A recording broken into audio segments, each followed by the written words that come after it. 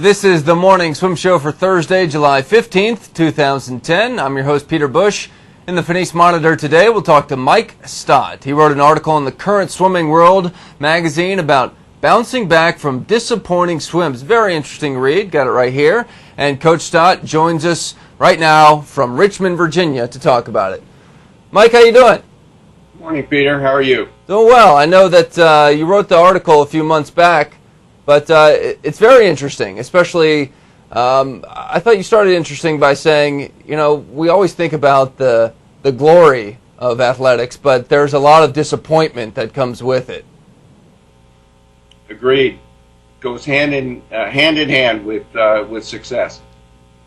Now, you interviewed several coaches, including Jack Bauerle, and Mary DeSenza sort of became the current example of a swimmer that hasn't quite achieved all that everyone thought she would. What were the poignant points you thought from Bauerle and DeSenza in that article? I think what really shone most of all was Mary's resilience in coming back, not only in 2008, but in 2004, when she was really an overwhelming favorite to move on to Athens. The family had bought passage and hotel room already over there. She performed exceedingly well on the NCAA stage, and obviously had a storied prep career, and was really poised to move forward. And then some illness cropped up, and frankly, she didn't swim a very good race. And her sister Mary really felt like sister Katie really felt like that there's a good chance that Mary kind of tightened up on that effort. Is there anyone that you tried to talk to for this article but refused? No, they were willing to. All were willing participants, and some, as in the case of George Breen, which we talk about at some length there, wouldn't stop talking. So, well, there's athletes every Olympic cycle that sort of personify this dilemma. You know, they've got all the hype leading up to the event, either not making the Olympic team, or going to the big show and just having a crummy meet. You know, Kate Ziegler in 2008 didn't live up to potential in Beijing. You know, there's a lot of current swimmers who these lessons could apply to as well, I would imagine. I think so. You know, and I think the world, in this country anyway, is still waiting for Katie Hoff to have some golden moments after obviously a promising career, and I think she's probably found new life out there at Fast with Shawn Hutchison. When you're talking to the coaches and the former swimmers, did any of them give some insight into how, you know, what do they do to avoid it in the future? What's the best tip that we could give to swimmers and coaches watching this show? Well, I'll hearken to George Breen as a good example. He was a young man. He'd swum under Doc Councilman, and his swimming preparation was about as good as it could have been. But George admits that he was immature and was not ready for the acclaim and all the publicity he got particularly after his prelim swim, and the media descended on him. And George was not prepared in terms of what kind of response to give, and he's a quiet, shy kind of guy, and his non-response was seen as being surly, and he was recorded in the Australian media as being surly.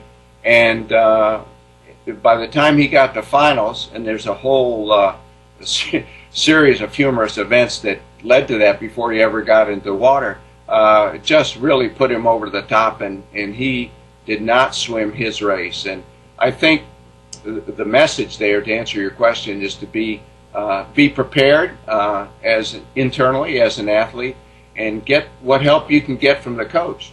George makes the point that it's part swimmer and part coach that can make for success in that environment.